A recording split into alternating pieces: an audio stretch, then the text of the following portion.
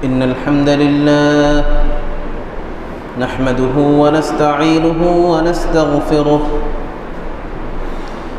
ونعوذ بالله من شرور أنفسنا ومن سيئات أعمالنا من يهده الله فلا مضل له ومن يضلل فلن تجد له وليا مرشدا وأشهد أن لا إله إلا الله وحده لا شريك له وأشهد أن محمدًا عبد الله ورسوله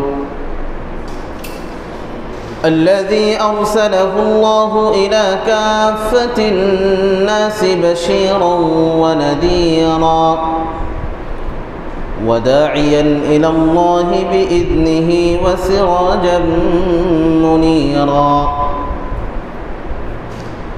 أما بعد فأعوذ بالله من الشيطان الرجيم بسم الله الرحمن الرحيم والعصر إن الإنسان لفي خسر إلا الذين آمنوا وعملوا الصالحات وتواصوا بالحق وتواصوا بالصبر. وقال رسول الله صلى الله عليه وسلم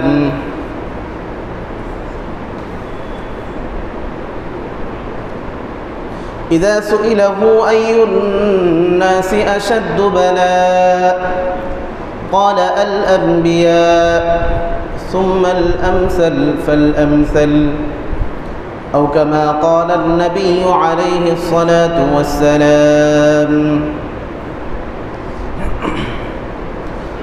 سبحانك لا علم لنا إلا ما علمتنا إنك أنت العليم الحكيم. اللهم أرنا الحق حقا وارزقنا اتباعه وأرنا الباطل باطلا وارزقنا اجتنابه.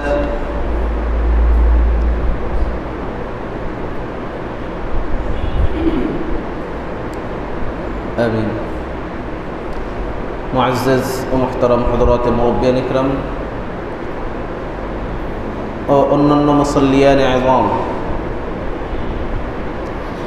আল্লাহ সুবহানাহু ওয়া তাআলার মহান দরবারে অসংখ্য অগণিত শুকরিয়া জ্ঞাপন করছি, যিনি আমাদেরকে প্রতি জুমার ন্যায় আজকেও সালাতুল জুমা আদায় করার জন্য বাইতুল ফালা জামে মসজিদে আসার তৌফিক ইনায়েত করেছেন। এজন্য মহান রবের দরবারে শুকরিয়া জ্ঞাপন করছি, আলহামদুলিল্লাহ। আল্লাহুম্মা লাকাল হামদ। দুরূদ ও সালাম পেশ করছি নবী মুহাম্মদুর রাসূলুল্লাহ সাল্লাল্লাহু আলাইহি ওয়াসাল্লামের প্রতি, যিনি মানব জাতির সামনে হক এবং বাতিলকে স্পষ্ট করেছেন, বাতিলের ব্যাপারে সতর্ক করেছেন এবং হক ও হকের জামায়াতের সাথে নিজেকে যুক্ত রাখতে বলেছেন। আল্লাহুম্মা সাল্লি আলা মুহাম্মদ, আল্লাহুম্মা বারিক আলা মুহাম্মদ।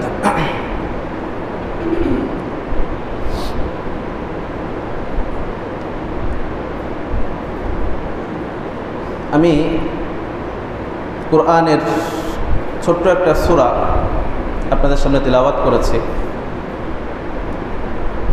সূরা আসর। এই সূরার অর্থ বা এই সূরাটা মোটামুটি সবাই আমরা জানি, এর অর্থ অনেকেরই মুখস্থ বা জানা আছে। অনেকে এই সূরার আবেদনও বুঝতে পারছেন। এই সূরাকে সামনে রেখে আমি বর্তমান প্রেক্ষাপটে অল্প কিছু কথা বলবো। আল্লাহ তাআলা আমাদের তৌফিক দান করেন। আল্লাহ তাআলা এই সূরা শুরু করেছেন কসমের মাধ্যমে। আল্লাহ তাআলা এখানে নিজ সত্তার কসম করেন নাই, বরং কসম করেছেন সময়ের। যেই সময় আমাদের হয় জান্নাতের ফয়সালার কারণ হবে, অথবা এই সময় আমাদের জাহান্নামের ফয়সালার কারণ হবে। কারণ আমাদের জীবনগুলো হলো এই সময়েরই সমষ্টি। সুতরাং যারা এই সময়কে কাজে লাগাতে পেরেছে এবং সময়ের সদ্ব্যবহার করতে পেরেছে, তারা কামিয়াব হবে স্বাভাবিকভাবেই। আর যারা সময়ের গুরুত্ব বোঝে নাই,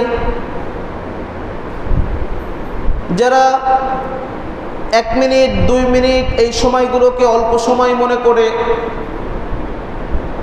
কোনো কাজে আত্মনিয়োগ করে নাই এই সময়ের ভিতর, বা কোনো কাজে লাগায় নাই, এরা অবশ্যই ক্ষতিগ্রস্তদের অন্তর্ভুক্ত। তো আল্লাহ তাআলা এই ব্যাপারে সতর্ক করার জন্য সময়ের কসম করেছেন।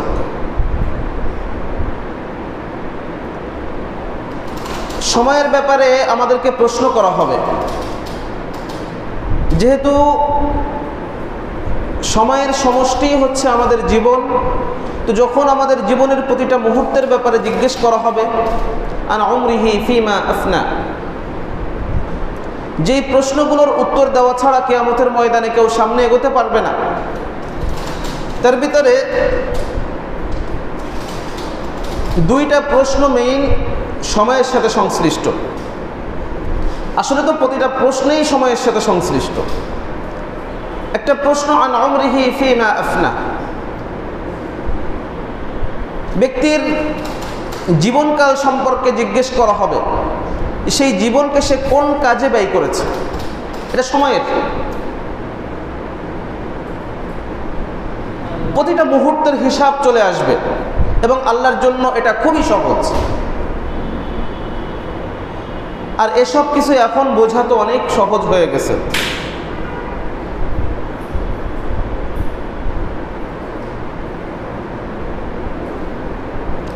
এখন বোঝাটাও সহজ হয়ে গেছে বিষয়গুলো। তো আল্লাহর কাছে সকলের সব কর্মের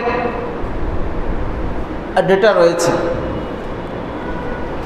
বোঝার ভাষায় বলতেছে, আল্লাহ তাআলা প্রত্যেকটা বিষয়ে হিসাব নিতে পারবেন।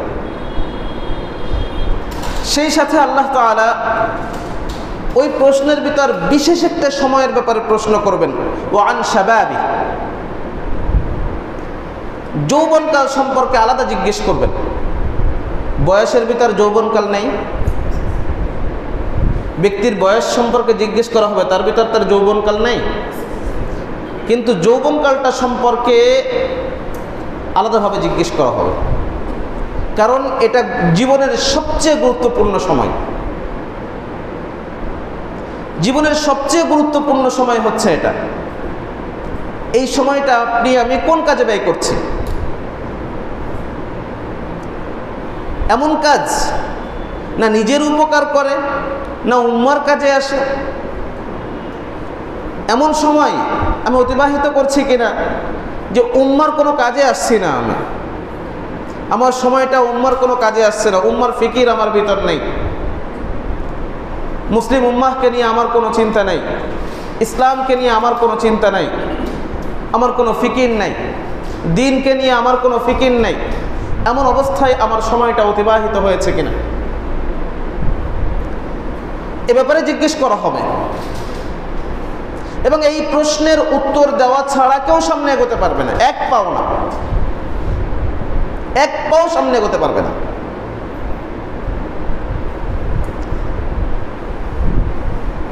আল্লাহ তাআলা এই ব্যাপারে সতর্ক করার জন্য কসম খেয়েছে। তুমি তোমার সময়ের ব্যাপারে সতর্ক হও, তুমি তোমার জীবনের ব্যাপারে সতর্ক হও। এরপরে আল্লাহ তাআলা একে তো আল্লাহ আগে কসম করেছেন, আল্লাহ বলেছেন, ব্যাস এটাই গুরুত্বপূর্ণ একজন মুমিনের জন্য, আলাদা করে কসমের প্রয়োজন আসে না। আল্লাহ তাআলা আরো গুরুত্ব বোঝানোর জন্য কসম করেছেন, আবার গুরুত্বপূর্ণ একটা বিষয়ের কসম করেছেন। মাসআলা এখান থেকে, আল্লাহ তাআলা চাইলে তার সৃষ্টির যে কোনো কিছুর কসম করতে পারেন, কিন্তু মাখলুক যদি কসম করতে চায় একমাত্র আল্লাহর নামে কসম করতে হবে, অন্য কিছুর নামে কসম করা যাবে না। আল্লাহ চাইলে তার মাখলুকের সব কিছুর নামে কসম করতে পারেন। আল্লাহ তাআলা কোরআনে করেছেন, ওয়াশ-শামস ওয়া দুহাহা ওয়াল কমার ইযা তালাহা ওয়াদ-দুহা ওয়াল আদিয়াতি দাবহা ফাল মুরিয়াতি কদহা ফাল মুগীরাতি সুবহা, সব কসম।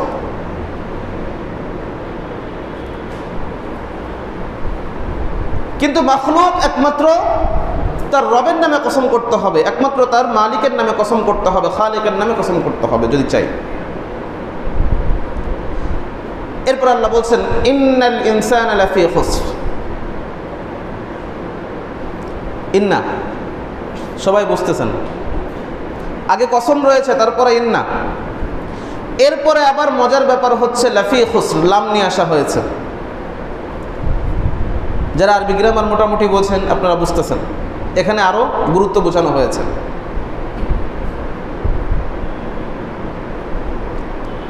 আল্লাহ বলছেন, ইন্নাল ইনসানা লাফি খুসর,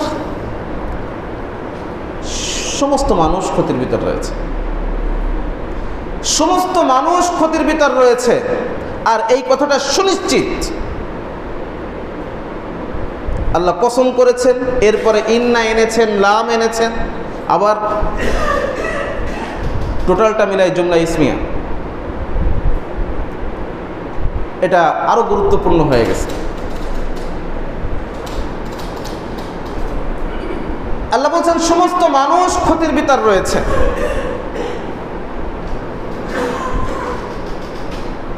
কারণ হচ্ছে আল্লাহ তাআলা এখানে পাশ্চাত্যের চিন্তাকে সামনে রেখে ক্ষতির কথা বলেন নাই। আল্লাহ তাআলা স্বীয় ইলম অনুযায়ী যেটা ক্ষতি, সেই ক্ষতির কথা বলেছেন। ইসলামের ক্ষতি এবং মানুষের জন্য যেটা কল্যাণ অকল্যাণ, ইসলামের একটা সংজ্ঞা রয়েছে, আল্লাহর দেওয়া একটা সংজ্ঞা আছে, পাশ্চাত্য সভ্যতার কাছে একটা সংজ্ঞা আছে। পাশ্চাত্য সভ্যতায় কোনটা মানুষের জন্য ক্ষতিকর, কোনটা মানুষের জন্য উপকারী, এর সিদ্ধান্ত আসবে মানুষের মস্তিষ্ক থেকে, এবং সে এই মস্তিষ্ক ব্যবহারের ক্ষেত্রে স্বাধীনভাবে সে তার মস্তিষ্ক ব্যবহার করবে। কেউ কেউ তো এটাও বলেছেন যে আমি এই কারণে আমি হয়েছি যে আমি নিজে সিদ্ধান্ত নিতে পারি, আমি নিজে কি করতে পারি, সিদ্ধান্ত নিতে পারি, আমি নিজে চিন্তা করতে পারি।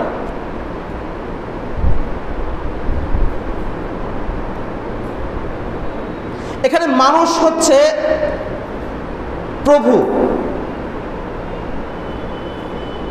আর মানুষের আকল হচ্ছে এমন বিষয় যেগুলো তার সিদ্ধান্ত, প্রভুর সিদ্ধান্ত। পাশ্চাত্য চিন্তায় সুতরাং আপনি আপনার ব্যাপারে তাদের চিন্তা অনুযায়ী আপনি আপনার কল্যাণ অকল্যাণ ভালো মন্দ ডিসিশন আপনি নেবেন, ভালো মন্দ সব কিছুর ডিসিশন আপনি নেবেন। আপনি যেটা ডিসিশন নেবেন, আপনার বিবেক রয়েছে, বিবেক হচ্ছে সর্বোচ্চ মানদণ্ড, এর থেকে আর বড় কোনো মানদণ্ড নাই ওদের কাছে। আমাদের কাছে আছে, আমাদের কাছে সবচেয়ে বড় সত্য মিথ্যার হক বাতিলের মানদণ্ড হচ্ছে ওয়াহি। ওদের কাছে ওয়াহি নাই, ওদের কাছে সর্বোচ্চ সত্য মিথ্যার মানদণ্ড হলো বিবেক, মানুষের আকল। বেশ আকল যেটাকে সঠিক বলবে সেটা সঠিক, আকল যেটাকে ভুল বলবে সেটা ভুল।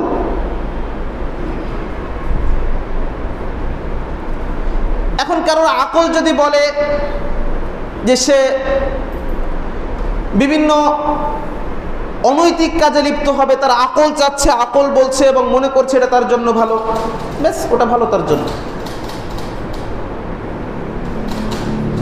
এবং ওরা মনে করে যে এটা হচ্ছে, এটাকে যথাযথ ব্যবহার করতে দেওয়া, কোনো প্রকার গণ্ডি না দিয়ে নিঃশর্তভাবে তার আকলকে ব্যবহার করতে দেওয়া, এটাই হচ্ছে প্রকৃত মানবাধিকার। এটাই হচ্ছে কি মানবাধিকার। মানবাধিকার নিয়ে আমাদের সামনে আলোচনা আসবে, আজকে বিশেষ কারণে আমরা আলোচনার বিষয়ে পরিবর্তন এনেছি। যেহেতু সেকুলারিজম নিয়ে মোটামুটি একটা আলোচনা আপনাদের সামনে উপস্থাপন করা হয়েছে, আরও কিছু পয়েন্ট ছিল, তারপরও ওটা বিভিন্ন সময় আলোচনার ভিতরে চলে আসবে, এই জন্য ওটা নিয়ে আর আলোচনা করব না। লিখিত বিষয়টা সব লেখা হয়ে গেছে, চাইলে ওটাকে আমরা পিডিএফ আকারে বই করে দিব ইনশাল্লাহ।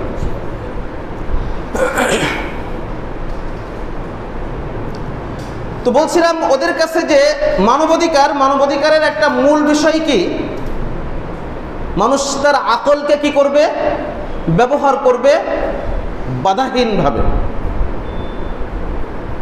এটা তার অধিকার।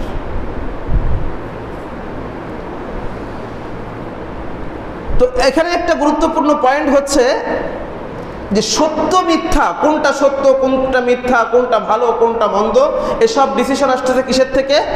আকল থেকে। সব ডিসিশন কোথা থেকে আসতেছে? আকল থেকে, বিবেক থেকে। ইসলামে সত্য মিথ্যা হক বাতিলের ডিসিশন আছে কার পক্ষ থেকে? আল্লাহর পক্ষ থেকে। মাধ্যম ওয়াহি। মাধ্যম কি? ওয়াহি। ওয়াহির মাধ্যমে আল্লাহর পক্ষ থেকেই এই ডিসিশনগুলো আসে। বুঝতে পেরেছেন? তো আল্লাহ বলছেন ইন্নাল ইনসানা লাফি খুসর, এটা অবশ্যই মিথ্যা কথা। কোন দৃষ্টিকোণ থেকে? পাশ্চাত্যের দৃষ্টিকোণ থেকে। পাশ্চাত্য কি বলবে? এটা মিথ্যা কথা, মানুষ ক্ষতির ভিতর নাই, মানুষ সফল, মানুষ সাকসেস। কিন্তু আল্লাহ বলছেন মানুষ ক্ষতির ভিতর রয়েছে। এটা কোন দৃষ্টিকোণ থেকে? আল্লাহর দেওয়া যে মানদণ্ড, সত্য মিথ্যা, ভালো মন্দ, ক্ষতিকর, এই যত বিবেচনা আল্লাহর বিবেচনায় রয়েছে, সেই অনুযায়ী ইন্নাল ইনসানা লাফি খুসর। একজন মুমিনের জন্য কোন বিবেচনাটা গুরুত্বপূর্ণ? একজন মুমিনের জন্য কোন বিবেচনাটা গুরুত্বপূর্ণ? পাশ্চাত্যের? যাদের প্রভু পাশ্চাত্য তাদের কাছে পাশ্চাত্যেরটাই গুরুত্বপূর্ণ। যাদের প্রভু আমেরিকা, যাদের কাছে আমেরিকাই শেষ কথা, যাদের কাছে আমেরিকা বড় ক্ষমতাধর, যারা মনে করে যে এই যে গ্লোবাল ভিলেজ এর একচ্ছত্র অধিপতি হচ্ছে আমেরিকা, সে আমার যা ইচ্ছা তাই করতে পারে, সে আমার কল্যাণ ক্ষতি এসব কিছুর মালিক, এই চিন্তার পর্যায়ে যারা পৌঁছে গেছে, ওদের কাছেও আল্লাহর কথাটা মেনে নিতে একটু কষ্ট হবে। কিন্তু যারা আমরা আল্লাহর গোলামি মেনে নিয়েছি, যারা আমেরিকাকে প্রভু হিসাবে স্বীকার করি না, যারা তাদের বানানো আইনকে কোনোভাবেই স্বীকার করি না, তাদের দেওয়া মানবাধিকার আমাদের কাছে যার কোনো ভ্যালু নাই, টোটালি ভ্যালুলেস, যাদের দেওয়া মানবতার সংজ্ঞা আমাদের কাছে কোনো মূল্যই রাখে না, এমন ব্যক্তি যারা আছেন, অবশ্যই তারা আল্লাহর এই কালামকে ইন্নাল ইনসানা লাফি খুসর এটাকে সত্য বলে মেনে নেবে, যে মানুষ ক্ষতির ভিতর রয়েছে। মানুষ কিসের ভিতর রয়েছে? ক্ষতির ভিতর রয়েছে। সিদ্ধান্ত আপনার। আল্লাহ তাআলা আপনাকে, আপনার সামনে হক বাতিল স্পষ্ট করে দিয়ে আপনাকে স্বাধীনতা দিয়েছেন। এটা হলো ইসলামের স্বাধীনতা। তাহলে ইসলাম স্বাধীনতা দিয়েছে, আর ওদের যে দেওয়া স্বাধীনতা, দুই স্বাধীনতার ভিতর পার্থক্য রয়েছে। দুই স্বাধীনতার ভিতর কি রয়েছে? পার্থক্য রয়েছে। ইসলামের স্বাধীনতা হচ্ছে আল্লাহ আপনার সামনে হক এবং বাতিল স্পষ্ট করে দিয়েছে। হক এবং বাতিলের সিদ্ধান্ত আপনার আকল দিবে না, কারণ সেই শক্তি আকলের নাই। হক এবং বাতিল স্পষ্ট করে দিয়ে বিবেকের ভিতর সেই শক্তি অবশ্যই দেওয়া হয়েছে যেটা দিয়ে আপনি হককে হক বলে মানতে পারবেন, হককে হক বলে চিনতে পারবেন কাজে লাগালে। এবার আল্লাহ স্বাধীনতা দিয়েছেন, আপনি সত্য গ্রহণ করতে পারেন, মিথ্যা গ্রহণ করতে পারেন। মিথ্যার পরিণতি জানিয়ে দেওয়া হয়েছে, সত্যের পরিণতি জানিয়ে দেওয়া হয়েছে। এই হলো আল্লাহর দেওয়া স্বাধীনতা। আর পাশ্চাত্যের দেওয়া স্বাধীনতা, আপনি স্বাধীন, আপনি মানুষ হিসেবে স্বাধীন।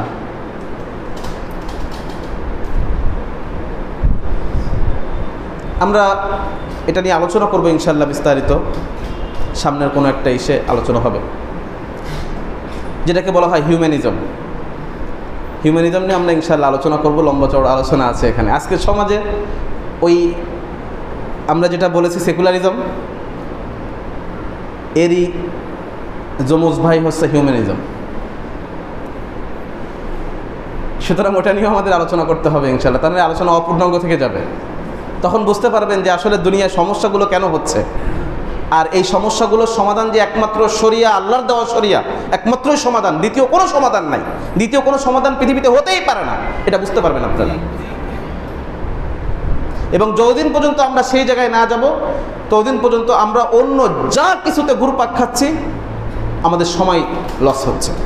যতদিন আমরা শরিয়ার কাছে পৌঁছাতে পারবো, তখনই আমাদের প্রকৃত সফলতা। আল্লাহ তাআলা বোঝার তৌফিক দান করেন। তাহলে ইন্নাল ইনসানা লাফি খুসর, এটা কার সিদ্ধান্ত? আল্লাহর সিদ্ধান্ত নাকি পাশ্চাত্যের সিদ্ধান্ত? পাশ্চাত্যের সিদ্ধান্ত না, এটা আল্লাহর সিদ্ধান্ত। ইন্নাল ইনসানা লাফি খুসর ইল্লাল্লাযীনা আমানু ওয়া আমিলুস সালিহাত। এবার আল্লাহ বলছেন যে এই ক্ষতির থেকে কিছু মানুষ বাহিরে রয়েছে। সমস্ত মানুষ ক্ষতির ভিতর, তবে কিছু মানুষ ব্যতীত, কিছু মানুষকে আল্লাহ আলাদা করেছেন। ইল্লাল্লাযীনা, ব্যতিক্রম, ইল্লাল্লাযীনা আমানু ওয়া আমিলুস সালিহাত ওয়া তাওয়াসাউ বিল হক ওয়া তাওয়াসাউ বিস সবর। যার ভিতর চারটা বৈশিষ্ট্য থাকবে। কয়টা বৈশিষ্ট্য? চারটা বৈশিষ্ট্য থাকবে। সেই মানুষ ইন্নাল ইনসানা লাফি খুসরের হুকুমের বাহিরে। ওই যে হুকুম আল্লাহ দিয়েছেন, সেই হুকুমের বাহিরে কারা? চার শ্রেণীর মানুষ না, চার শ্রেণীর মানুষ না, চারটা বৈশিষ্ট্যধারী মানুষ। এক নম্বর হচ্ছে ঈমানের বৈশিষ্ট্য। ইল্লাল্লাযীনা আমানু, যারা ঈমান এনেছে। কামা আমানান নাস, ইল্লাল্লাযীনা আমানু কামা আমানান নাস, যারা ঈমান এনেছে, অর্থাৎ যারা ঈমান এনেছে ঠিক সেভাবে যেভাবে মানুষেরা ঈমান এনেছিল, সাহাবায়ে ইকরামদের মতো ঈমান এনেছে। সাহাবায়ে ইকরামদের ঈমানটা কেমন ছিল? আমানু সুম্মা লাম ইয়ারতাবু, আমানু সুম্মা লাম ইয়ারতাবু। ঈমান এনেছে, ঈমান আনার পরে আর কোনো সন্দেহ করে নাই। ঈমান আনার পরে আর কোনো কি করে নাই? সন্দেহ করে নাই, সংশয়বাদী হয় নাই।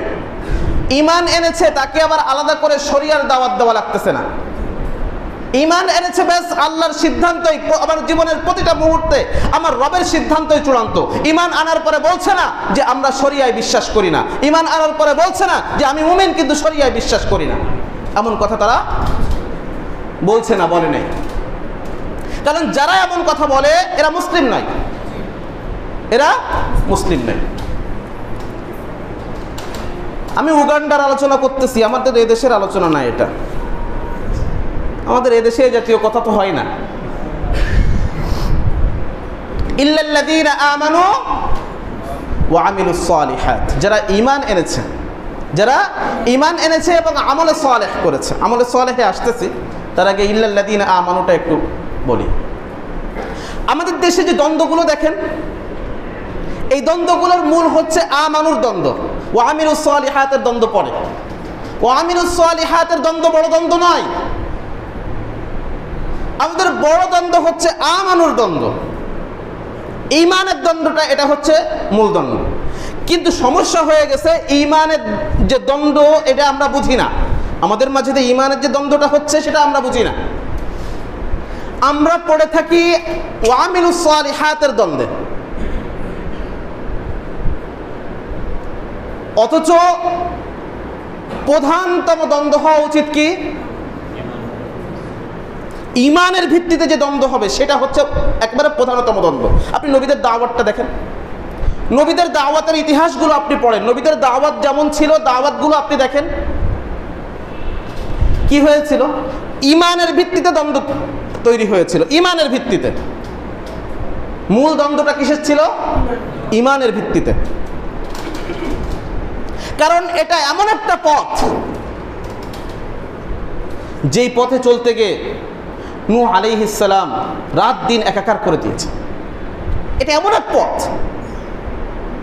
এটা এমন একটা পথ যেই পথে চলতে যে ইব্রাহিম আলাইহিস সালাম আগুনে নিক্ষিপ্ত হয়েছেন, ইসমাইল আলাইহিস সালামকে সূরের নিচে শোয়ানো হয়েছে যেই পথে চলতে যে।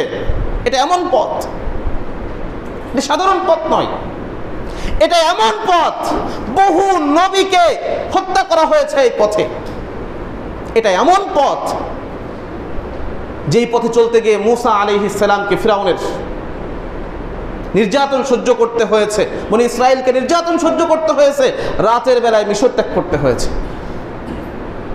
এটা সেই পথ, এটা সেই পথ যেই পথে চলতে যে মুহাম্মদুর রাসূলুল্লাহ সাল্লাল্লাহু আলাইহি ওয়াসাল্লাম নিজের রক্ত ঝরিয়েছেন,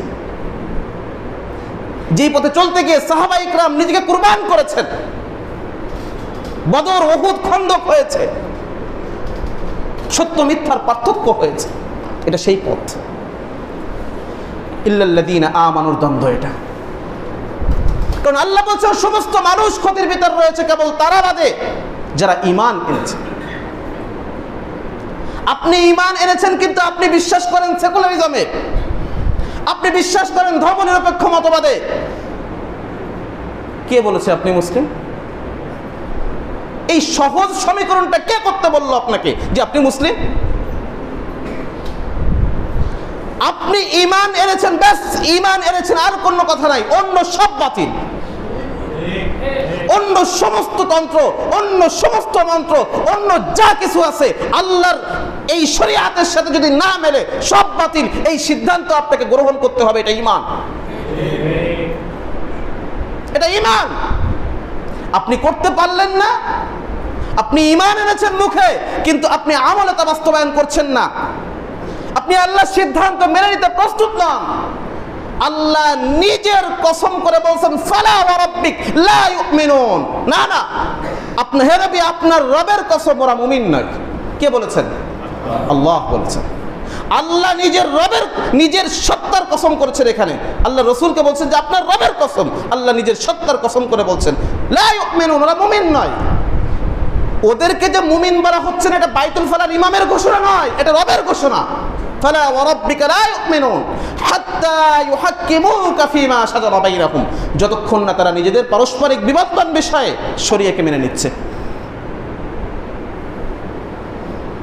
হাত্তা ইউহাক্কিমুকা ফীমা শাজারা বাইনাহুম, একেবারে মনের থেকে মনে প্রাণে সুম্মা লা ইয়াজিদু ফি আনফুসিহিম হারাজাম মিম্মা কাদাইত ওয়া ইউসাল্লিমু তাসলিমা, একেবারে পরিপূর্ণরূপে আত্মসমর্পণ করতে হবে শরীয়তের কাছে। আল্লাহ রাসূল যে সিদ্ধান্ত দিবেন সেই সিদ্ধান্তের কাছে, এছাড়া কেউ মুমিন হতে পারবে না। কার সিদ্ধান্ত এটা? আল্লাহর সিদ্ধান্ত। আর আপনি বলছেন যে আমার দল অমুক দল তমুক দল শরিয়া আইনে বিশ্বাস করে না, শরিয়া আইনে বিশ্বাস করে না। এখন কি আপনার কাছে এই পথটা সহজ মনে হচ্ছে? প্রথম ইল্লাল্লাযীনা আমানু বললে অমনি মনে হয় দেখ সবাই আমরা দল বেঁধে চলে আসছি, গরু ছাগল সব চলে আসছে এর ভিতরে। এখন কি মনে হচ্ছে যে না ইল্লাল্লাযীনা আমানুর ভিতরে সবাই এরকম গণহারে প্রবেশ করতেছে? হ্যাঁ, কারণ আমরা ঈমান বুঝি না। আবু জাহেল ঈমান ত্যাগ করেছিল বুঝে শুনে, আর আমরা ঈমান গ্রহণ করি না বুঝে। পার্থক্য এখানে। ও লা ইলাহা ইল্লাল্লাহ বর্জন করেছিল, লা ইলাহা ইল্লাল্লাহর আবেদন বুঝতে পেরেছিল। লা ইলাহা ইল্লাল্লাহ মেনে নিলে ওর ক্ষমতা শেষ, ওর নেতৃত্ব শেষ।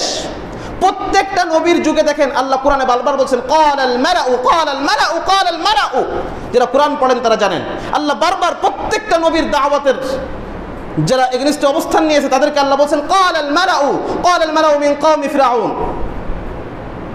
কারা তারা? মালাউন কারা? মালাউন হচ্ছে সেই সমস্ত ব্যক্তিরা যাদের ছাড়া মজলিস পরিপূর্ণ হয় না। সবাই বসে আছে, অমুক সাহেব আসেন না, এই জন্য তাকে ছাড়া মোটা শুরুই হবে না। এটা হচ্ছে মালা। এরা হচ্ছেন কি? ওরা এসে পরিপূর্ণ করে দেয়, ওরা এসে পরিপূর্ণ করে দেয়। এর আগে হাজারো মানুষ উপস্থিত হবে, সবাই তার অপেক্ষায় থাকবে। অর্থাৎ এক কথায় যদি বলতে হয় আমাদের বোঝার ভাষায়, তাহলে মালাউন হচ্ছে নেতৃস্থানীয় ব্যক্তিরা। লা ইলাহা ইল্লাল্লাহ প্রথম আঘাত করেছে নেতৃস্থানীয় ব্যক্তিরা। আজও যারা এরকম পর্যায়ে রয়েছে লা ইলাহা ইল্লাল্লাহ তাদেরকে আঘাত করে যখন আপনি পরিপূর্ণভাবে দাওয়াত দেবেন। আর আপনি যদি লা ইলাহা ইল্লাল্লাহর সেই দাওয়াত দেন যেই দাওয়াত আপনার আমেরিকাতে দিলেও সমস্যা নেই, যেই দাওয়াত আপনার মানে পৃথিবীর ইসলামের বিরুদ্ধে যাদের অবস্থান, খুব কঠোর অবস্থান, সেখানে যে দিলেও তারা আপনাকে বাধা দিচ্ছে না। তো বুঝতে হবে লা ইলাহা ইল্লাল্লাহর দাওয়াতটা পরিপূর্ণভাবে উপস্থাপন হচ্ছে না। যেই আবেদন নিয়ে সে পৃথিবীতে আসছে সেই আবেদনটা ফুটিয়ে তোলা হচ্ছে না, যার কারণে বাতিলরা আমাকে সুযোগ দিচ্ছে। অন্যথায় বাতিলদের সঙ্গে যে দ্বন্দ্ব, লা ইলাহা ইল্লাল্লাহর ভিত্তিতেই দ্বন্দ্ব। সুতরাং এই দ্বন্দ্ব এটা যেমন সেই জাহেলি যুগে ছিল, আধুনিক জাহেলিয়াতের সময়ও রয়েছে। আমরা বুঝতে পারছি না। তাহলে ইল্লাল্লাযীনা আমানু ওয়া আমিলুস সালিহাত, ঈমান এনেছে, আমল সালেহ করেছে, নেক আমল করেছে। নেক আমল করতে হলে অবশ্যই আপনাকে আল্লাহ এবং তার রাসূল সাল্লাল্লাহু আলাইহি ওয়াসাল্লামের দেখানো পদ্ধতিতে আমল করতে হবে। আপনি ইবাদতের নিয়াতে যা কিছু করবেন, ইবাদতের নিয়াতে আপনি যা কিছু করবেন, সারাদিনের দৈনন্দিন যে জিকিরগুলো করবেন, যে আজকারগুলো করবেন, যে দোয়াগুলো করবেন, অবশ্যই সেই দোয়ার পদ্ধতি, দোয়ার বাক্য এ সবটাই আসতে হবে শরীয়তের পক্ষ থেকে, আল্লাহ রাসূলের পক্ষ থেকে। এর কোনোটা আপনি নিজের পক্ষ থেকে বানিয়ে করতে পারবেন না। আপনি জিকির করবেন, জিকিরের বাক্য আসতে হবে। এসব মানাটা সহজ। এগুলো যেহেতু এগুলো গরিবদের সুন্নাত, এগুলো কি গরিবদের সুন্নাত, গরিবদের সুন্নাতগুলো মানাটা, ওটা নিয়ে কথা বললে তেমন কোনো, কিন্তু যেগুলো বড় লোকদের, যেগুলো রাষ্ট্রীয় পর্যায়ের ইবাদতের বিষয় রয়েছে, সেই জায়গাগুলোতে আমাদের এই আয়াতটা মানা খুব কষ্ট হয়ে যায়। যখন আমরা এ কথা বলি যে আপনি আকিমুস সালাহ বলছেন এবং এ কথা বলছেন যে আপনার সালাতটা অবশ্যই সাল্লু কামা রাআইতুমুনি উসাল্লি, এই মূলনীতিতে হতে হবে। আল্লাহর রাসূল যেভাবে সালাত আদায় করেছেন সেইভাবে সালাহ হতে হবে, এটা মানতে কারোর কোনো সমস্যা নেই। কারো কোনো সমস্যা আছে? কারোর কোনো সমস্যা আছে? কারো কোনো সমস্যা নেই। সে সেকুলার, পপুলার, মানে যত ধরনের আছে আর কি, কারোর কোনো মানতে সমস্যা নেই। কিন্তু যখন আমরা ঠিক এই একই শব্দে আল্লাহর আরেক বিধান আকিমুদ্দিন বলা হয়, তখন যখন আমরা বলি যে আপনার দিন, আপনার ইকামত, এটা অবশ্যই আল্লাহ রাসূল সাল্লাল্লাহু আলাইহি ওয়াসাল্লাম, কারণ এটা ইবাদত। আপনি শরিয়া প্রতিষ্ঠার আন্দোলন করবেন কি ক্ষমতার আন্দোলন নাকি ইবাদত? এটা কিসের আন্দোলন? এটা শুধুমাত্র ক্ষমতা নাকি ইবাদত? এটা ইবাদত। সুতরাং এই ইবাদত হতে হবে আল্লাহ রাসূল সাল্লাল্লাহু আলাইহি ওয়াসাল্লামের দেখানো পদ্ধতিতে, আল্লাহ রাসূল সাল্লাল্লাহু আলাইহি ওয়াসাল্লাম সাহাবা ইকরামদের পদ্ধতিতে। আল্লাহ তাআলা আমাদের তৌফিক দান করেন, বুঝার তৌফিক দান করেন। ইল্লাল্লাযীনা আমানু ওয়া আমিলুস সালিহাত। এখন আপনাদের সামনে স্পষ্ট হয়ে গেছে এটা, যখন আমার এই দুইটা বিষয়ে আমরা একমত হয়ে যাচ্ছি, সমস্যা সামনে আসতেছে যে এই আবেদনটা যদি শুধু আমি আমার নিজের ভিতর নিয়ে বসে থাকি তাহলে হবে না, এই আবেদনটা সমাজে ছড়িয়ে দিতে হবে। ইল্লাল্লাযীনা আমানু ওয়া আমিলুস সালিহাত ওয়া তাওয়াসাউ বিল হক। বেশ, ওই যে সত্য ওয়াহির মাধ্যমে প্রমাণিত হয়েছে নাকি বিবেক দ্বারা প্রমাণিত হয়েছে? আমার আকল দ্বারা প্রমাণিত হয়েছে এটা সত্য, তাই নাকি ওয়াহি বলছে এটা সত্য? ওয়াহি বলেছে এটা সত্য। আমেরিকা বলেছে এটা সত্য এজন্য? আমেরিকা খারাপ বলেছে এজন্য? আমাদের সিদ্ধান্ত তো আমেরিকার থেকে আসে। আমাদের সিদ্ধান্ত আসে কোথা থেকে? আমাদের সিদ্ধান্ত আসে আমেরিকা থেকে। এবং তাদের গোলাম যারা এদেশের কিছু মিডিয়া, আমি সবাইকে বলছি না, এখানে মিডিয়ার ভাইরা রয়েছেন, আমি সবাইকে বলছি না, বলছি কিছু মিডিয়া যারা তাদের আকলকে, বিবেককে আমেরিকার কাছে বিক্রি করে দিয়েছে। ওরা ওদের সিদ্ধান্তটাই মনে করে চূড়ান্ত সিদ্ধান্ত, যার কারণে কোনো প্রকার, যেমন আগের ফ্যাসিস্টের আমলে যাচাই বাছাইয়ের প্রয়োজন মনে করে নাই, আজও তারা ইসলামপন্থীদের উপর সেই একই নিয়মে চাপ প্রয়োগের চেষ্টা করতেছে। আবার সব কিছু একই আলোকে সাজানো হচ্ছে। আপনারা বিগত ফ্যাসিস্টের আমলের কথা জানেন। রাজনৈতিক প্রতিহিংসার কারণে জামাত ইসলামীর একেবারে প্রথম সারির কতজন নেতাদেরকে অন্যায়ভাবে ফাঁসির কাস্টে ঝুলানো হয়েছে, আপনারা জানেন এটা। টোটালি রাজনৈতিক প্রতিহিংসার জায়গা থেকে নিরপরাধ মানুষগুলোকে ফাঁসির কাস্টে ঝুলানো হয়েছে। এগুলো স্পষ্ট আপনাদের সামনে। 2013-তে শাপলা চত্বরে মাদ্রাসার আলেম, সাধারণ জনগণ, মাদ্রাসার ছাত্র, এদের উপর যে মেসাকার চালানো হয়েছিল, এই মিডিয়াগুলো কি করেছিল, কি অবদান রেখেছিল সেখানে, এসব বিষয়গুলো আপনারা জানেন। কি অপরাধ ছিল সেই দিন যারা শাপলা চত্বরে ছিলাম, এই মানুষগুলোর কি অপরাধ ছিল? এই মানুষগুলোর অপরাধ ছিল এরা আল্লাহ রাসূল সাল্লাল্লাহু আলাইহি ওয়াসাল্লামের ইজ্জতের প্রশ্নে আপোষহীন ছিল। এই প্রশ্নে তারা কারোর সামনে আপোষ করতে চায় নাই। যেখানে ইজ্জতের প্রশ্ন, মা বাকাউল উম্মাহ বা'দা শাতমি নাবিয়্যিহা, উম্মতের নবীকে গালি দেওয়ার পরে সেই উম্মতের বেঁচে থেকে লাভটা কি? ইমাম মালিক রাহিমাহুল্লাহ বলেছেন, যে উম্মতের নবীকে গালি দেওয়া হচ্ছে সেই উম্মত, এগুলো বেঁচে থেকে লাভটা কি? এই মাসলা যাদের খুব ভালোভাবে হল হয়েছিল, এই মাসলা খুব ভালোভাবেই যারা বুঝতে পেরেছিলেন, উনরা হচ্ছেন উলামায়ে ইকরাম, উনরা হচ্ছেন শাফলার সেই মানুষগুলো। আল্লাহ তাআলা সেই মুবারক জামাতের ভিতর আমার মতো নগণ্য ব্যক্তিকে থাকার তৌফিক দিয়েছিলেন।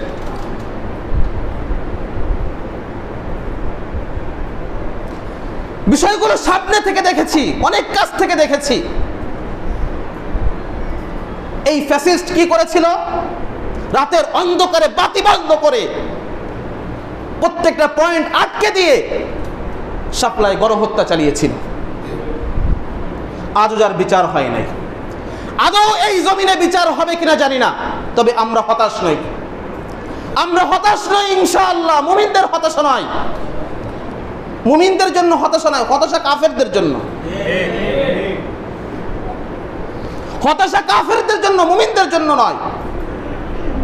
হতাশা তাদের জন্য যারা শরিয়া মেনে নিতে চায় না, মুমিনদের জন্য না, যারা শরিয়ার জন্য পাগল, যারা শরিয়ার জন্য। আমাদের মাঝে টুকিটাকি ভুল ত্রুটি থাকতে পারে, পদ্ধতির দ্বন্দ্ব থাকতে পারে, কিন্তু শরিয়ার প্রশ্নে যারা একমত, শরিয়ার প্রশ্নে যারা একমত,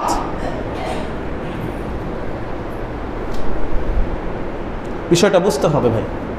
আমরা আবেগ দিয়ে কথা বলছি এমনটা না, এমনটা না। এইটা যদি না বোঝেন, কারণ আবারও প্রত্যেকটা পয়েন্ট থেকে কিন্তু এই ফ্যাসিস্টের সেই 5-8 গোলামদেরকে সরানো হয়নি, যার কারণে আবারও নীল নকশা সাজানো হচ্ছে। আপনারা দেখেছেন ইতিমধ্যেই প্রখ্যাত দায়ী, অ্যাক্টিভিস্ট, চিন্তক, গবেষক আসিফ আদনান ভাইয়ের মতো ব্যক্তিকে এক মিথ্যা মামলায় জড়িয়ে দেওয়া হয়েছে। একটা মিথ্যা মামলায় জড়িয়ে দেওয়া হয়েছে। অভিযোগ হিসাবে দেখানো হচ্ছে যারা অভিযুক্ত, যাদেরকে, যদিও এই অভিযোগগুলো কি করতে হবে, অভিযোগগুলো তদন্ত করতে হবে। কারণ আমরা দেখেছি বিগত আমলগুলোতে যেই বিশ্ববিদ্যালয়ে একটা ভালো ছেলে দিন মেনে চলে, একে বিভিন্ন মামলা দিয়ে দেওয়া হয়েছে, তার জীবনটা শেষ করে দেওয়া হয়েছে।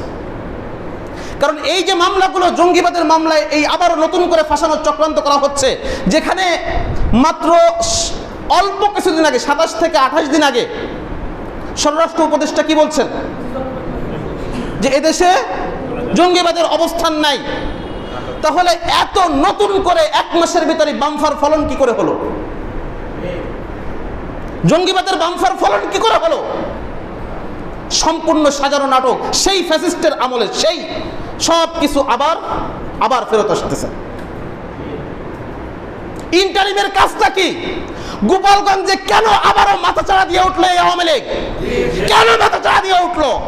এদের এই স্পর্ধা কোথা থেকে হলো?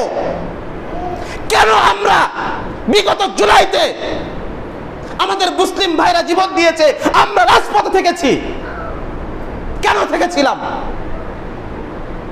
আবারও কেন? গোপালগঞ্জ কি বাংলাদেশের বাহিরের অংশ? এটা বাংলাদেশের বাহিরের অংশ নয়। তাহলে সেই এলাকায় কেন এখনো পর্যন্ত এই ফ্যাসিস্টের দোসররা সেখানে মাথাচাড়া দিয়ে উঠতেছে? ইন্টারিমকে জবাব দিতে হবে, কেন তাদের উপর আক্রমণ করা হলো?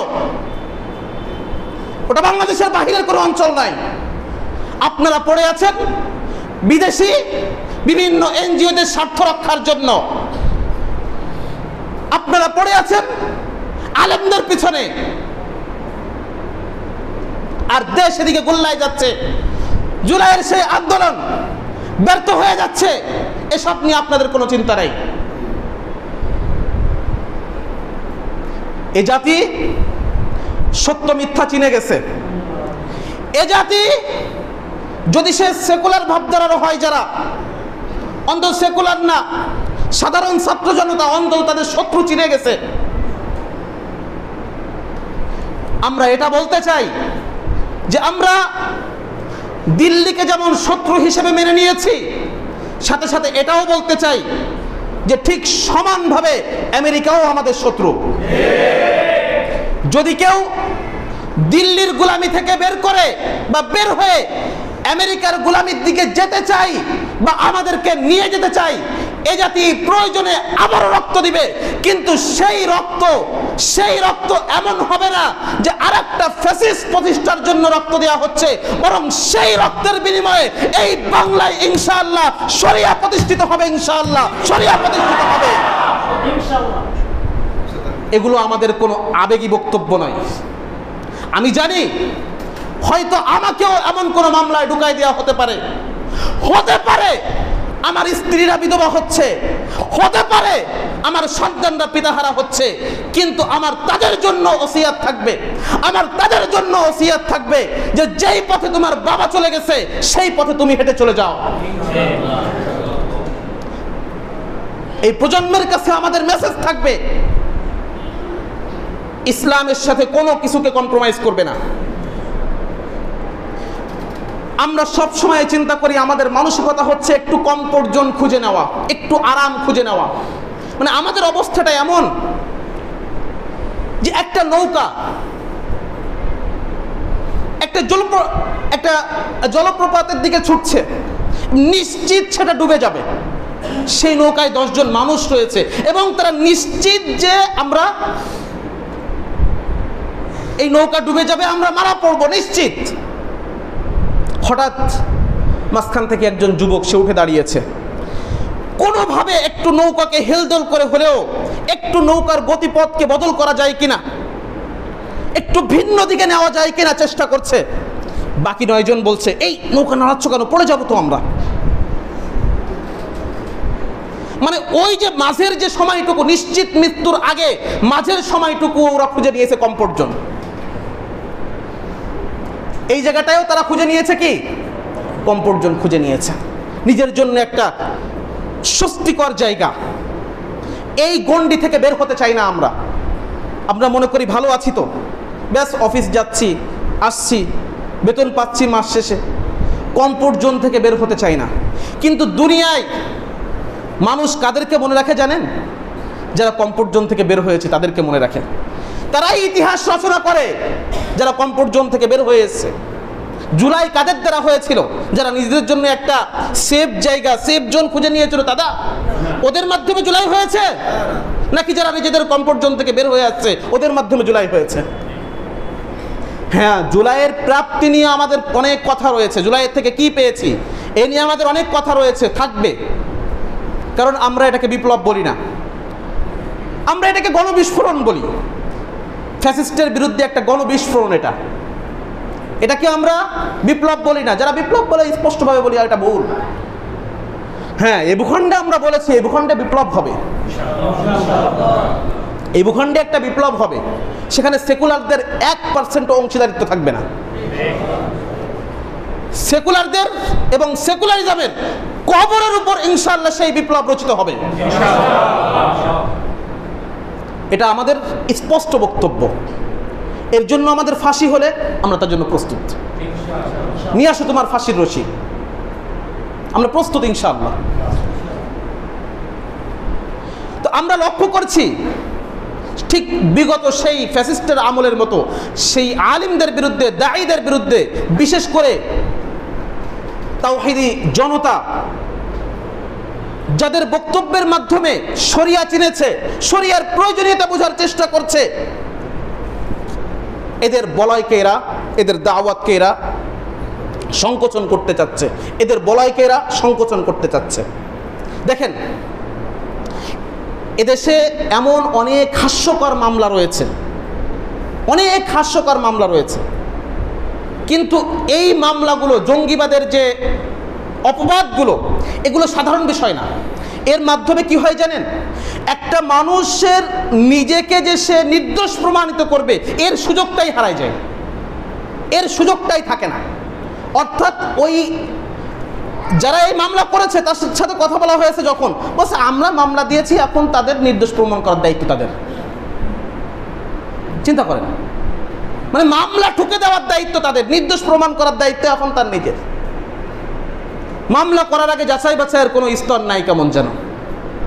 এখানে অজুহাত হিসেবে কি কিছু মানুষকে অভিযুক্ত করা হয়েছে বাহিরের একটা ঘটনাকে কেন্দ্র করে। সেই মানুষগুলোর সাথে ইনাদের ছবি পাওয়া গেছে। কি পাওয়া গেছে? ছবি পাওয়া গেছে। আপনারা জানেন ইনরা এক একজন পাবলিক ফিগার।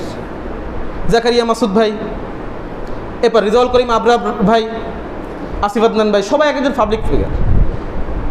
ইনরা এক একটা সেমিনার করেন, মাহফিল করলে বক্তারা উপস্থিত হয়, শ্রোতা থাকে না, থাকে মাঝে রাস্তা দিয়ে যাচ্ছি, মাহফিল হচ্ছে, মাঝে বলতে বেশ কিছুদিন হয়ে গেছে।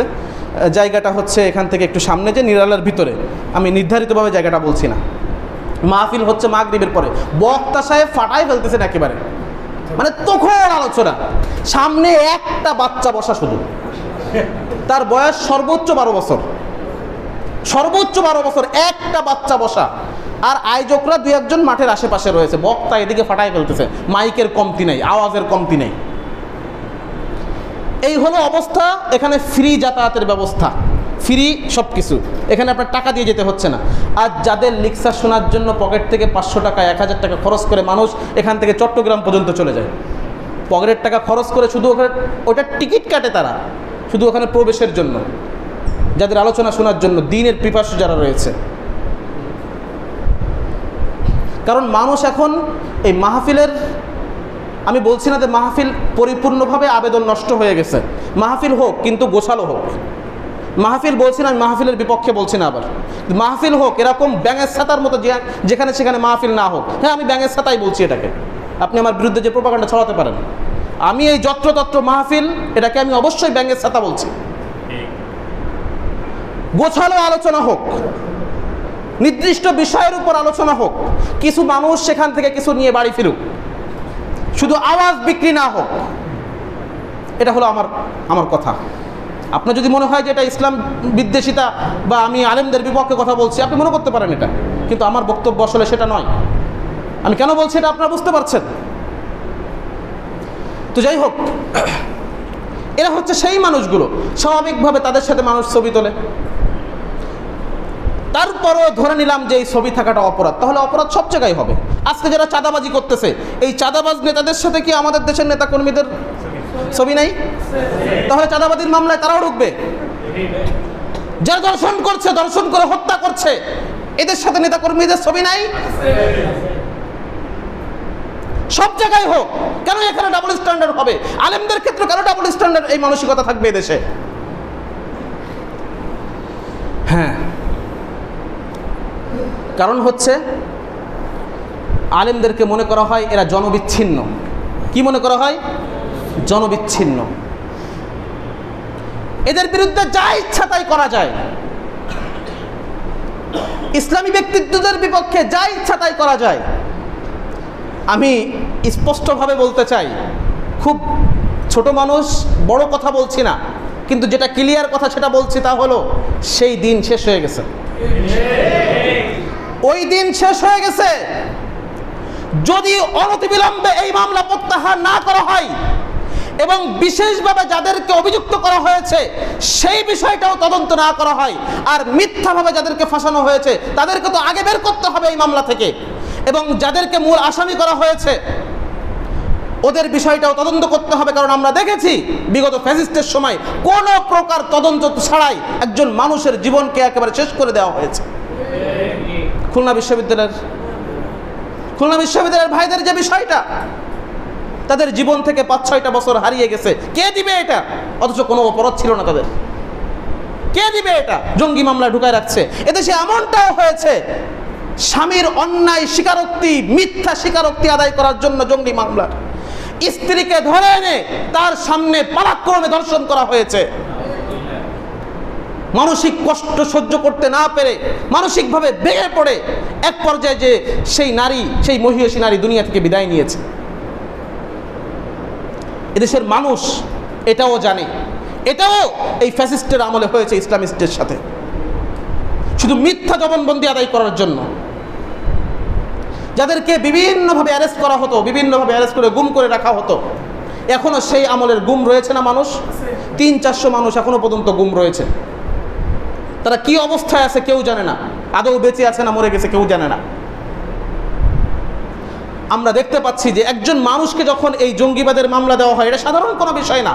একদিকে তার সঙ্গে মানহানিকর বিষয় তো আছেই, সেই সাথে সাথে তার জীবনের নিরাপত্তা উঠে যায়। এদের সঙ্গে যা খুশি, কারণ সবাই মেনে নেয় এদের সঙ্গে যা খুশি করা হবে। কি করা হয়? প্রথম গুম করা হয়, তারপরে কিছুদিন পরে সামনে কয়টা মোবাইল দেওয়া হয়, সামনে কয়টা বই দেওয়া হয়। বইয়ের ভিতর দেখা যায় ফাজাইলে আমলও রয়েছে, জঙ্গিবাদী বই, আর কিছু ব্যাটারি পাওয়া গেছে, মোবাইলের অতিরিক্ত ব্যাটারি, সিম কার্ড পাওয়া গেছে। এগুলো আপনারা দেখেছেন। এই ছাড়া কি সামনে থাকে কিছু? আর গোপালগঞ্জের সোনার ছেলেরা বড় বড় অস্ত্র নিয়ে যে পুলিশের উপর হামলা চালালো, তারা সোনার ছেলে। কয়জন ইসলামিস্টদের হাতে বিগত আমলে যাদেরকে ফাঁসি দেওয়া হয়েছে তাদের বা কয়জনের হাতে এরকম অস্ত্র পাওয়া গেছিল? অস্ত্রের বিষয় আলাদা, আমরা বলছি না যে মুসলিমদের অস্ত্র শূন্য হতে হবে, এ কথা বলছি না।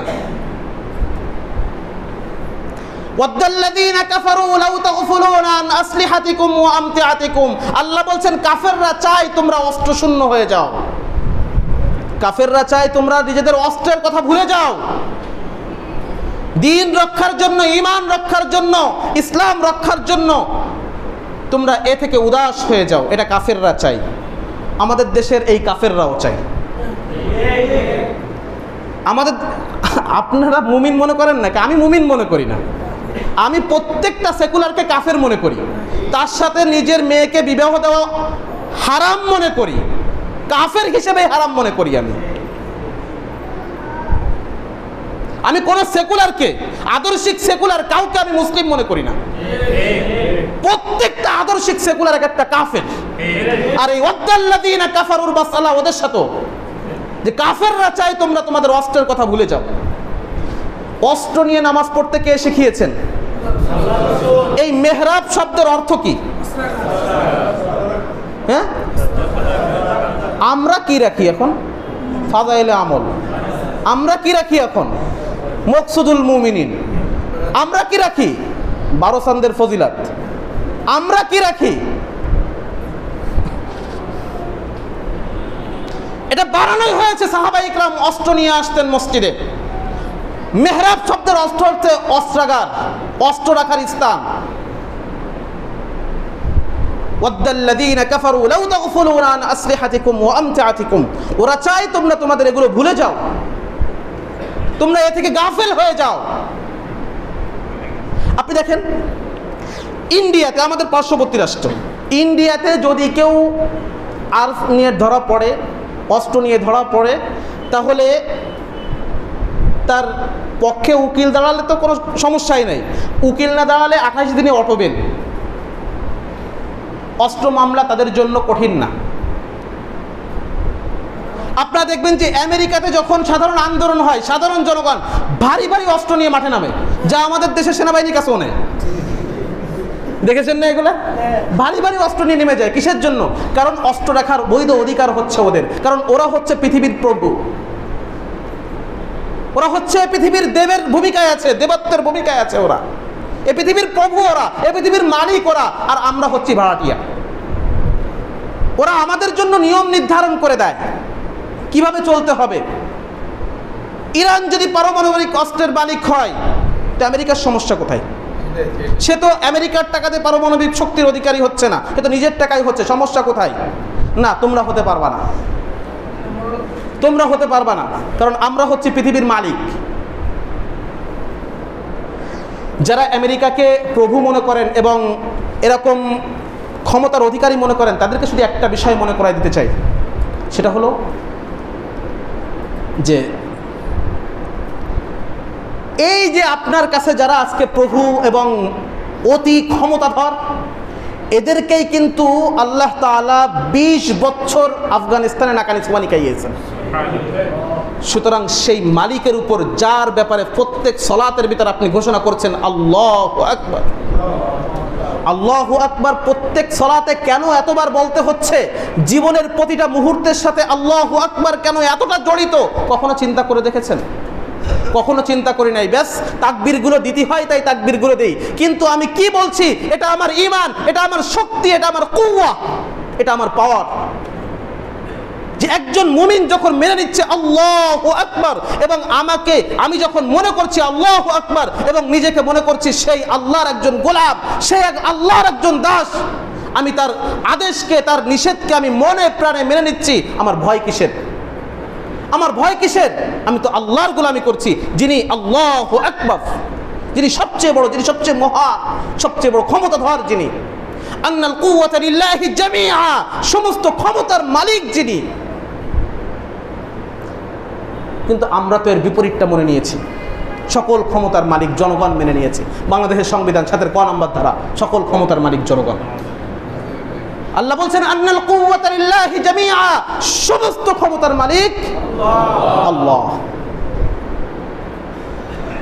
ইসলাম আসলে এই সমস্ত সংবিধান এগুলো ছুঁড়ে ফেলে দেওয়া হবে। ইসলামের সামনে ইসলাম বিদ্বেষী, ইসলাম বিরোধী কোনো কিছুই টিকতে পারে না। শুধু ইসলাম থাকবে, আর কিচ্ছু নয়, আর কিচ্ছু নয়, শুধুই ইসলাম, আর কিচ্ছু নয়। কোনো সেকুলার পপুলার কিচ্ছু থাকবে না। সেদিন বেশি দূরে নয়, গোটা পৃথিবী আজকে দেখেন না, অনেকেই কালেমার পতাকা উড়ানোর জন্য জঙ্গিবাদের দোকমা দিচ্ছে। এ বেটা, তুই সেই দিন কি করবি যেদিন গোটা পৃথিবীতে কালেমার পতাকা উড়বে? তুই কয়জনকে ধরবি আর কয়জনকে জঙ্গিবাদের ট্যাগ দিবি? আজকে যারা শরিয়া চাওয়ার জন্য মানুষদেরকে জঙ্গিবাদী ট্যাগ দিচ্ছে, যারা শরিয়ার কথা বলার জন্য, পূর্ণাঙ্গ ইসলামের কথা বলার জন্য তাদেরকে জঙ্গিবাদের তকমা দেওয়া হচ্ছে, সেই দিন, যেদিন গোটা পৃথিবীতে শরিয়া প্রতিষ্ঠিত হবে, যেদিন গোটা পৃথিবীতে ইসলাম প্রতিষ্ঠিত হবে, আল্লাহর আদল প্রতিষ্ঠিত হবে, সেই দিন তুই কয়জনকে জঙ্গিবাদের তকমা দিবি? সুতরাং দুনিয়ার এই ক্ষমতাধরদের উপর বিশ্বাস করার দরকার নাই। কুলিল্লাহুম্মা মালিকাল মুলক তুতিল মুলকা মান তাশা ওয়া তানজিউল মুলকা মিম্মান তাশা। যাকে ইচ্ছা ক্ষমতা দেন, ক্ষমতা যার থেকে ইচ্ছা ছিনাই নেন। দেন কে? আল্লাহ। আল্লাহ নিজেকে সেই আল্লাহর যোগ্য বান্দা হিসেবে গড়ে তোলেন, যোগ্য বান্দা হিসেবে আপনি গড়ে তোলেন নিজেকে। ঠিক আছে? হ্যাঁ, তো যখন এই বিষয়গুলো বললাম আমরা, এই হকের কথাগুলো যখন আপনি বলবেন, তখন আপনার দুনিয়াটা কি স্বাভাবিক থাকবে? এই সেকুলাররা কি আপনার দুনিয়াটাকে সাধারণভাবে থাকতে দিবে, নাকি সংকুচিত করে ফেলবে?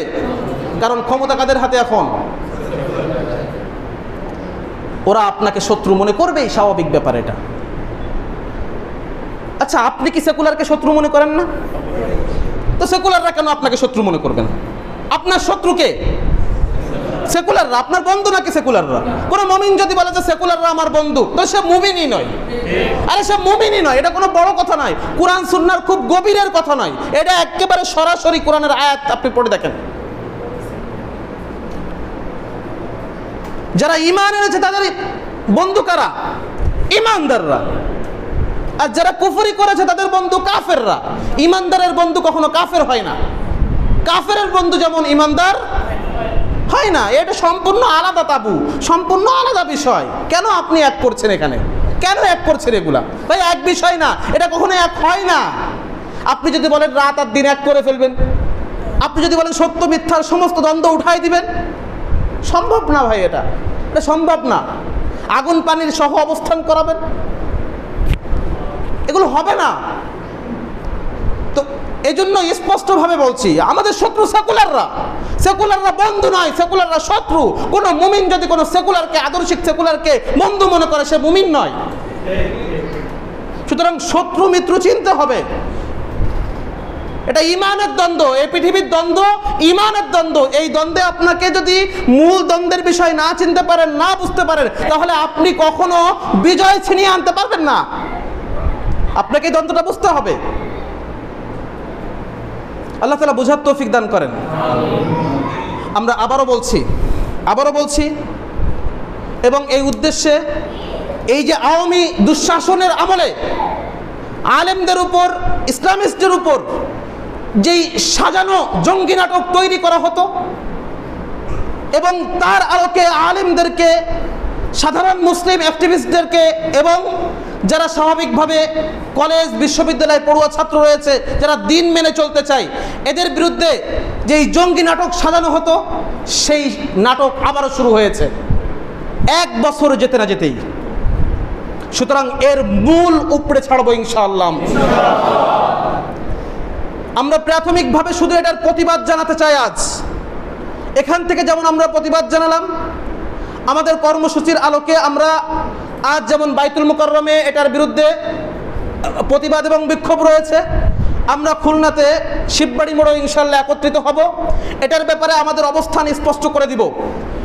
যদি এরপরও এই নাটক বন্ধ না করা হয়, আমি আবারও বলছি, যদি এরপরে এই নাটক বন্ধ না করা হয়, তাহলে প্রয়োজনে এদেশের তাওহীদি জনতা আবারও একটা জুলাই, শুধুমাত্র তাওহীদি জনতার অধীনে আবারও একটা জুলাই তারা কায়েম করবে এবং তার অধিকারী একমাত্র মুসলিমরা হবে এবং তার মাধ্যমে এ বাংলায় ইনশাআল্লাহ শরিয়া প্রতিষ্ঠিত হবে।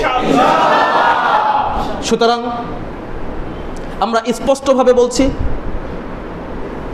যাদের নামে মামলা দেওয়া হয়েছে, মিথ্যা মামলা দেওয়া হয়েছে, কারণ আমরা যদি এখন কথা না বলি, দুদিন পরে আপনিও এ থেকে মুক্ত হবেন না, আপনিও মুক্ত হবেন না। আপনার সন্তান দিন নিয়ে বেঁচে থাকতে চাইলে মুক্ত না, সে এক একটা মিথ্যা মামলায়, ভুতুড়ে মামলায় ফাঁসিয়ে দেওয়া হবে, যেমন আওয়ামী আমলে হয়েছিল। সুতরাং এই অপসংস্কৃতি এবং এই যে বিষয়, এটা বন্ধ হওয়া চাই, এটা অবশ্যই বন্ধ হতে হবে। এই সিলসিলা, এই ধারাবাহিকতা বন্ধ হতে হবে। অন্যথায় জুলাইকে আমরা সমাপ্ত করেই ছাড়ব। জুলাই অসমাপ্ত আমাদের কাছে ততদিন, যতদিন পর্যন্ত এ বাংলায় শরিয়া প্রতিষ্ঠা হবে না, এ বাংলায় ইসলাম প্রতিষ্ঠা হবে না, ততদিন পর্যন্ত জুলাই আমাদের কাছে অসমাপ্ত। সেই জুলাইকে আমরা ইনশাআল্লাহ সমাপ্ত করেই ছাড়ব। প্রয়োজনে আমার জীবন চলে যাবে, প্রয়োজনে আমাদের জীবন চলে যাবে। আরে আমরা তো ওটাই চাই যা তোরা আমাদের দিতে চাস, আমরা তো ওটার জন্য পাগল পারা যেটা তোরা দিতে চাস। এমন আর কি দিবি তোরা বল? মৃত্যু? ওটা তো আমার রবের সাথে আমার সাক্ষাতের একমাত্র পথ। যেই রবকে আমরা ভালোবাসি, যেই রবকে আমরা ভালোবাসি, সর্বোচ্চ পর্যায়ের ভালোবাসি, সেই রবের সাথে আমার সাক্ষাতের একমাত্র পথ হচ্ছে আমার মৃত্যু, একমাত্র পথ, দ্বিতীয় আর কোনো পথ নাই। আরে আমি তো চাই যে আমাকে এমন ভাবে হত্যা করা হোক, এমন ভাবে হত্যা করা হোক, আমার লাশ যেন দাফন করার জন্য খুঁজে না পাওয়া যায়, ও দাফন করার জন্য, গোসল দেওয়ার জন্য যেন কোনো টুকরো কেউ খুঁজে না পায়, আমার জানাজার জন্য যেন কোনো টুকরো যেন কেউ খুঁজে না পায়। আমি চাই আমাকে এমন ভাবে হত্যা করা হোক, যেদিন আমি এমন ভাবে আমাকে হত্যা করা হবে, সেদিন আমি বলতে পারবো সাহাবাদের মতো, ফুস্তু রাব্বিল কাবা, কাবার রবের কসম আমি সফল হয়ে গেছি, কাবার রবের কসম আমি যা চাই সেটা পেয়ে গেছি, আমার আল্লাহর কসম আমার মানজিলে মাকসাদে আমি পৌঁছে গেছি ইনশাআল্লাহ। এটা আমাদের আবেগ নয়, এটা আমাদের তামান্না, এটা আমাদের এই তামান্না ততদিন পর্যন্ত থাকবে যতদিন না এই বাংলার বুকে আমরা শরিয়া প্রতিষ্ঠা করছি এবং আমরা তার মাধ্যমে প্রয়োজনে শাহাদাতের পেয়ালা পান করব, কিন্তু আমরা এই পথ থেকে পিছপা হব কোনো অবস্থায় না। আল্লাহ তাআলা আমাদেরকে তৌফিক দান করেন। নাসরুম মিনাল্লাহ ওয়া ফাতহুন করিব ওয়া বাশশিরিল মুমিনিন। আসসালামু আলাইকুম ওয়া রাহমাতুল্লাহ।